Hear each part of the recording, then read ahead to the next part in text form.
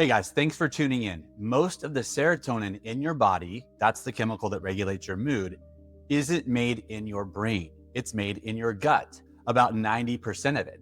I'm a licensed therapist, and that single fact changed the way I understand anxiety in myself and my clients. Because it means when your gut is inflamed or out of balance, it can directly change how safe and steady your brain feels, no matter how strong your mindset is. By the end of this video, you'll understand the gut-brain connection well enough to see why many anxious people never actually get better until they look at their gut.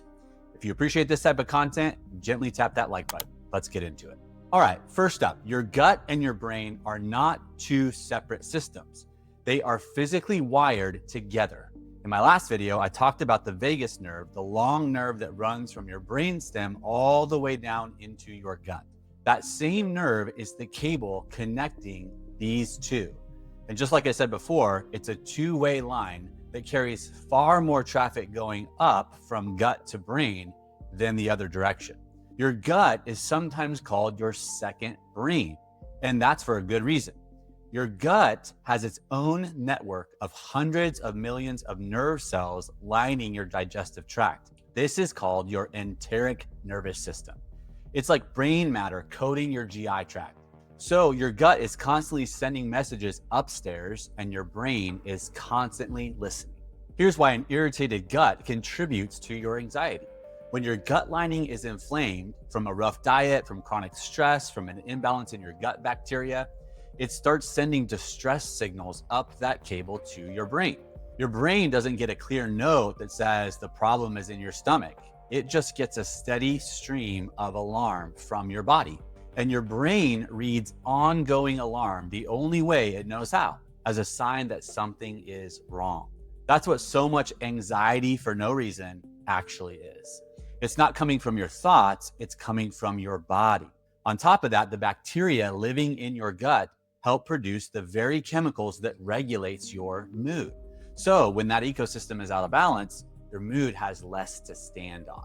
All right, quick break. If no one has ever connected your anxiety to your gut like this before, this channel is built for you. I dig into the link between your nervous system, your gut, and how you feel every day. So consider subscribing and you won't miss the rest. Okay, back to it. So how do you know if your anxiety might actually be gut driven?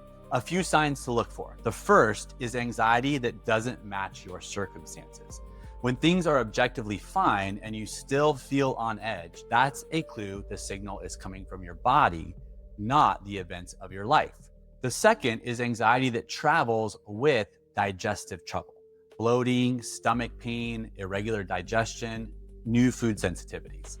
When your mood and your gut flare up together, they're usually connected.